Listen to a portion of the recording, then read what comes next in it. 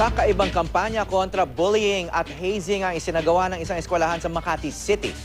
Inilalabas ng mga estudyante ang kanilang galit sa pamamagitan ng paghataw sa isang sasakyan. Pero ayon sa isang psychologist, hindi dapat lutasin ang issue sa pamamagitan ng marahas na paraan. May news to go si Ian Cruz.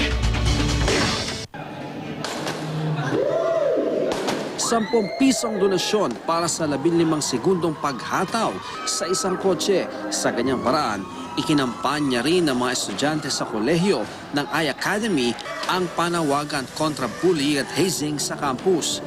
Bukod sa mga estudyante, nakihataw rin ang hepe ng Makati Police. It takes away the anger. Instead of putting it out to a person, we can do it in a car instead.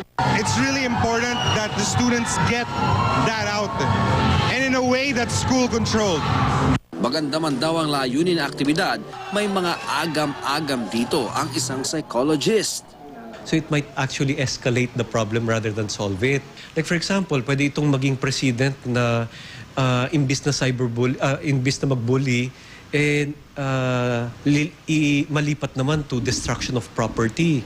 Nauuso na nga ang pagkakasa ng iba't ibang gimmick para mas maging mulat sa iba't ibang issue. Halimbawa, pagsasayaw kontra violence against women.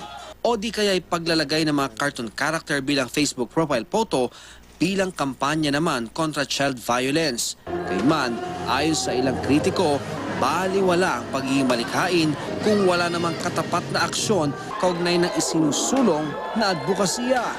Ian Cruz, GMA News.